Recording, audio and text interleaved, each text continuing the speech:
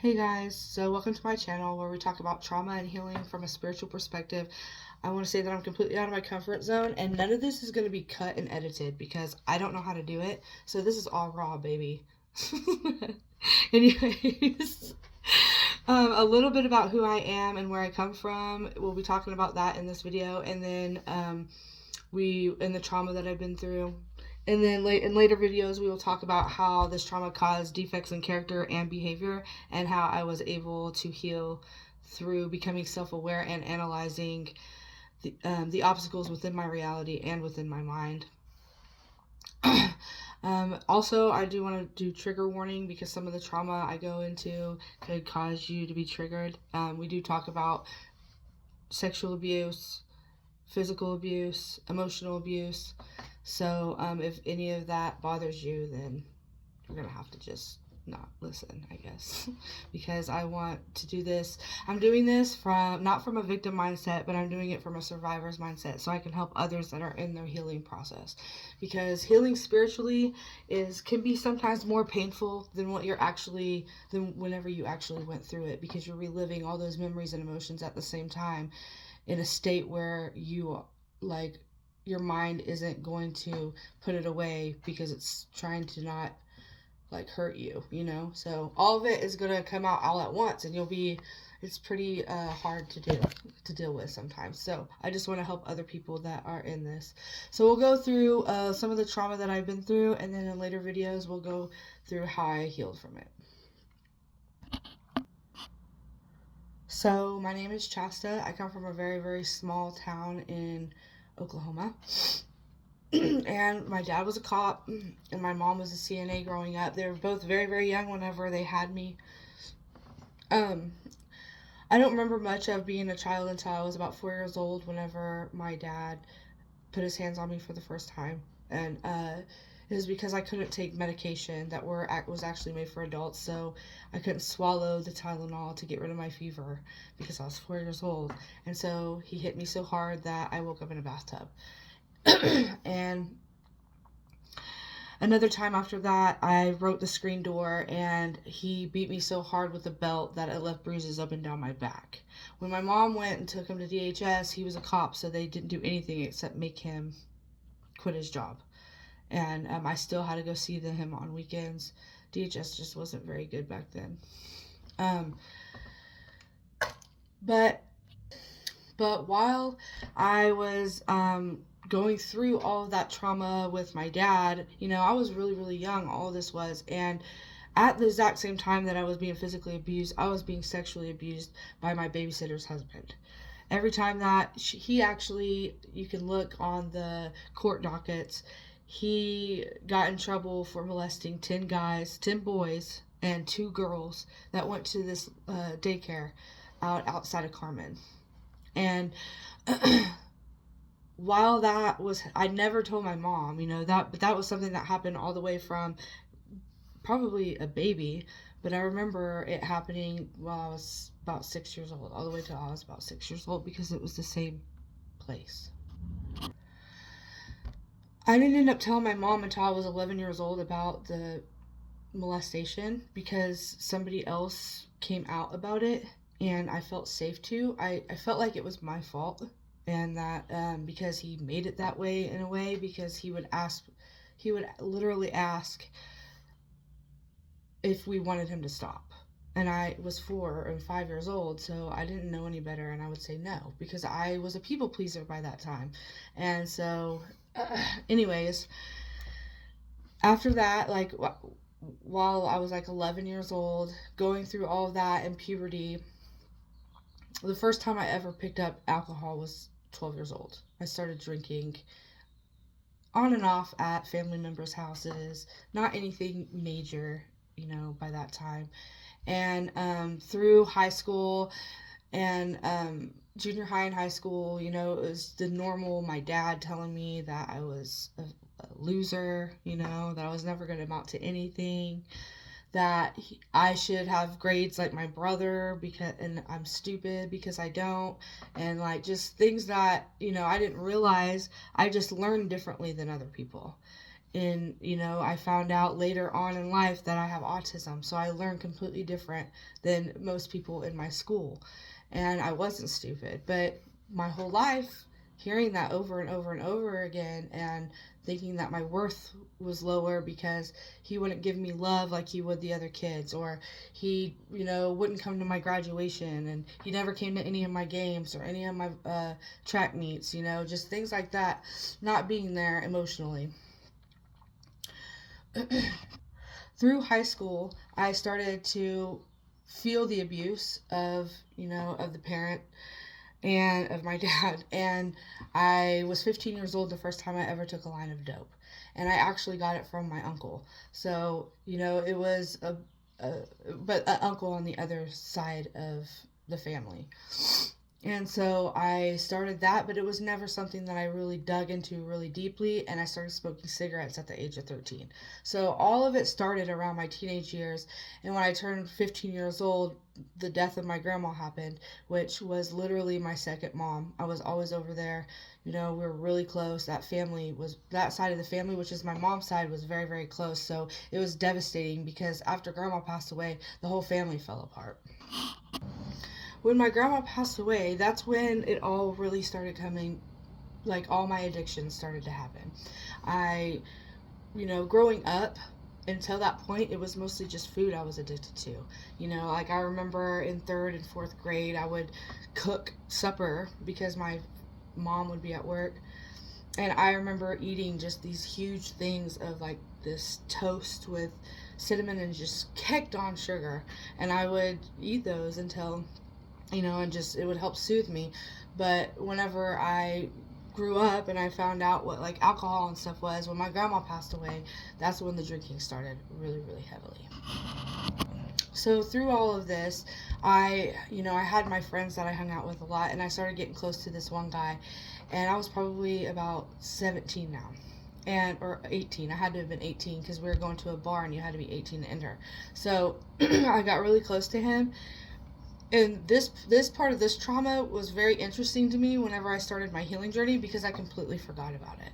And it wasn't until it got brought up into my mind way later, like in the middle of my healing, that I was like, oh my God, I can't believe I actually forgot about that.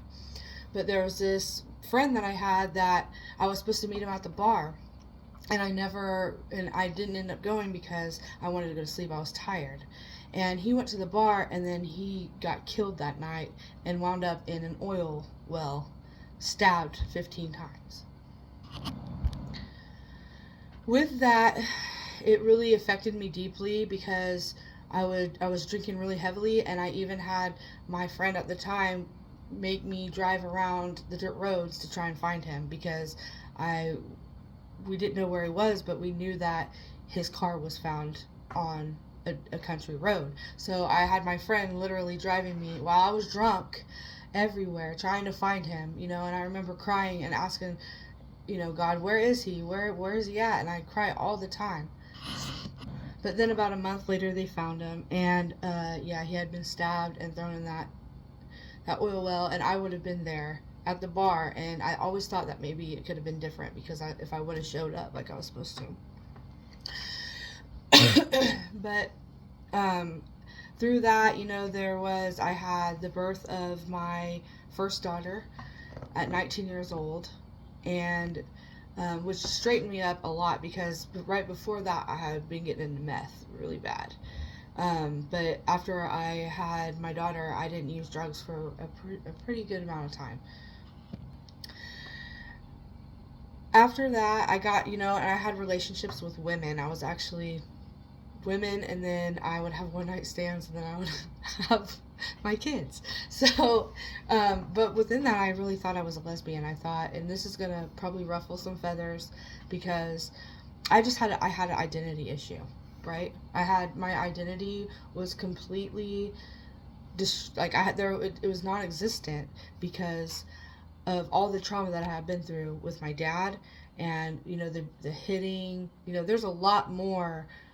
I remember my stepmom being carried by her throat while she was pregnant into the room, screaming, "Don't hurt the baby," and stuff like that when I was very, very young. All those things traumatized me to the point where I didn't have an identity. I didn't know who I was because all I had was all this trauma and me trying to cope with drugs, alcohol, and food.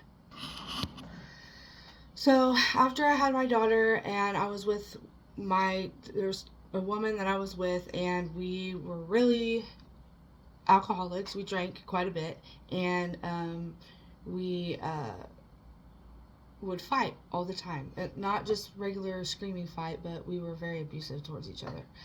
And it was like the cycle continued because I see it as a child and I did it as an adult.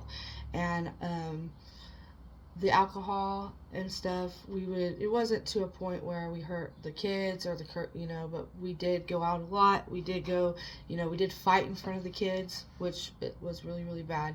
And then I ended up getting pregnant because her and I broke up for a little while, and I ended up getting pregnant with my son, and I had a C-section. So for the first time, I tried Lortabs. So after I had my son and I had a C-section, I did end up getting kind of addicted to the Lortabs, but it wasn't anything that I was, that anybody would be aware of. Like, it was very nonchalant in my life.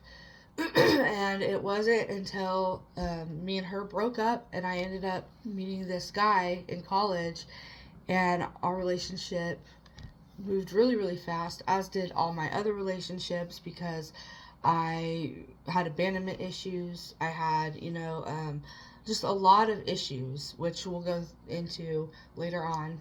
This is right now, I'm just letting you know, like, everything that I've been through. But with all those abandonment issues and stuff, everything moved really, really fast in all my relationships, every single one of them. And we were engaged within 6 months. So after we got engaged, I have also huge issues when it comes to commitment, which is weird because I have abandonment issues, but it's me. So anyways, so after that, probably, I don't know, a month or two, my best friend that I had known since I was in high school ended up taking her own life. And when she did that, she called me, and I was supposed to go see her and give her cigarettes and stuff again, and I got drunk instead. About 3 days goes by, and I get a phone call that she had passed away. Yeah, 3 days. I don't know what I was doing. I don't remember. It was a very long time ago. But her and her girlfriend broke up, and she ended up taking her own life because of it.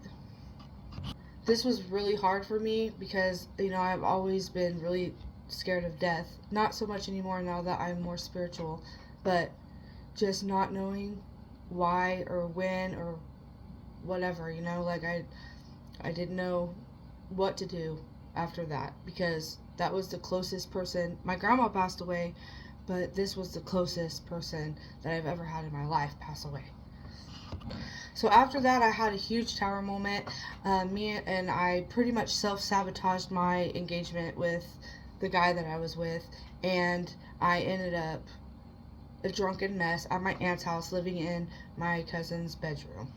And after that, I didn't know what to do with life, so I started completely over again, and I got my own apartment, and I was going to college, and I was doing actually really good. A lady next door had Lortabs and literally gave me a whole bag for free, and that started my opiate addiction.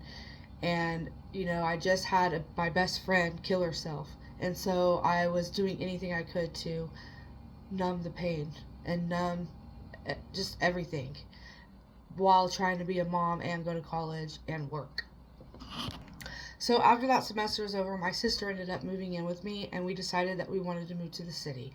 She wanted to move there because she had this job that she wanted. I wanted to go to college there, but I also had a girl that I was very much in a relationship with that lived not very far from where we moved.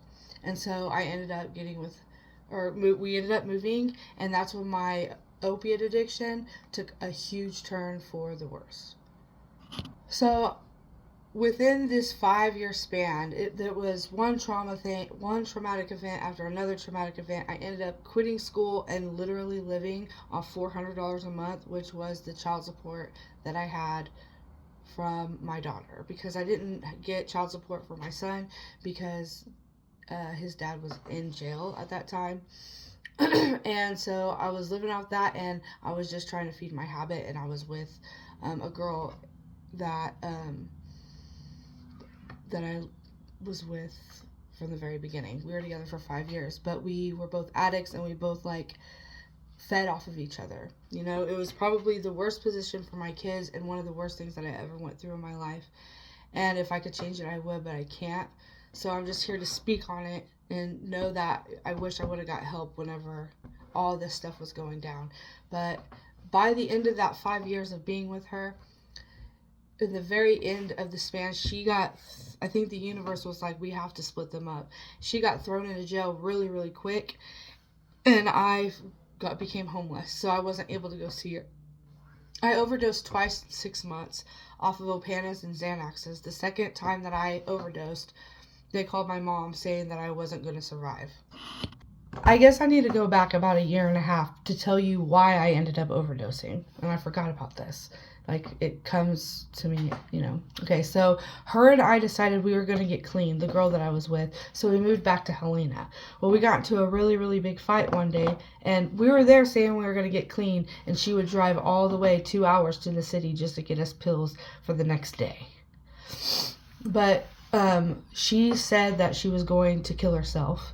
We got into a huge fight. The kids were in the other room, and this is why DHS got called on me the first time.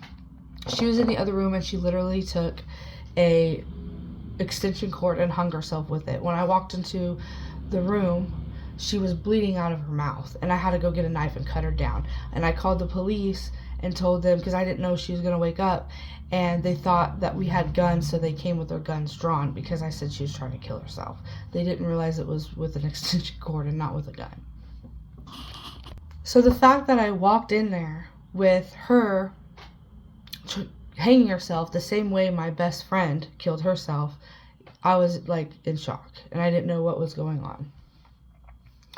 And after all of this, she ended up getting put into a mental institution, and I ended up getting went back with my father's dad, or with my son's dad, after he got out of prison. So we did split up for a while, me and her did. And so I ended up getting pregnant with his kids. When I say kids, it was because there was twins. So while I was pregnant with his twins, we got a house, and we lived in a house that had, you know, the kids had their own room. It was a really big house. It was nice. And he was working, and I was staying at home with the kids, and because I was pregnant with twins. And then I found out on his phone, I looked at his phone, and he was talking to some girl. So he was cheating on me. And so I ended up leaving and getting back with Heather, which was a very bad mistake. So her and I ended up getting back together after the fact that, okay, so I went to one of my doctor's appointments, which was all the way in the city because I had twins and they were fraternal, so they had to be checked regularly. And I had to go, one of them was almost 10% smaller than the other, so I had to go get checked at OU Children's Hospital every other week. One of the weeks, December 15th, whenever I went in there, they were able to find one of the baby's heartbeats. I was 27 weeks pregnant. And so when she passed away, I had to hold her inside of me until my other baby was ready. During that time that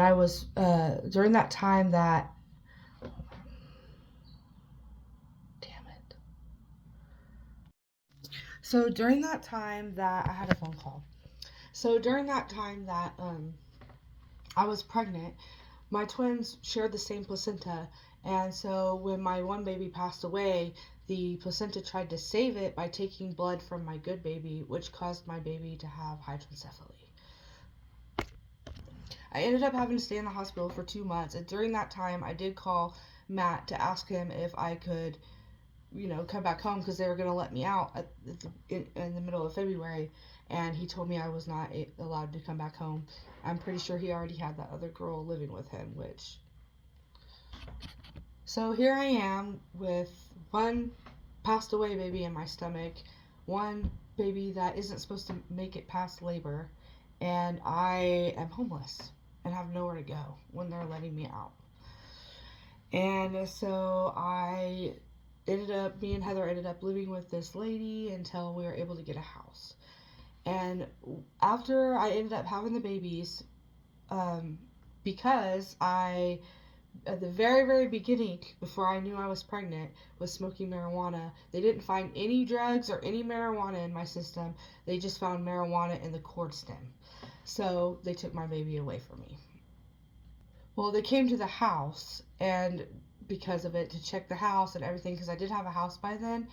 And since okay, so I went to go to my other daughter's funeral. The same day that I had my daughter's funeral is when they let my other daughter out of the hospital. That was in there because she was in the NICU for a month. So I was rushing around, and that next day DHS showed up, and I was extremely tired because I had just driven uh, 3 hours from Carmen to Oklahoma City to have this to get my other baby out of the hospital. So when DHS came, I was super tired. I had a newborn, and she said I was slurring my words. So to make a long story short with that, they ended up taking my daughter away and putting her in a hospital for disabled children, which she needed to be there, because I didn't know the first thing about raising a baby with special needs, and I needed the help on top of that.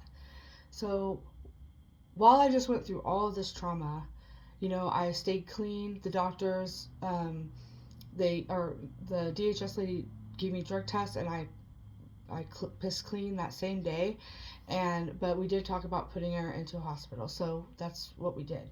And so while she was in the hospital, that's whenever I started using again, because I just had a funeral for my daughter, and I didn't know how to cope.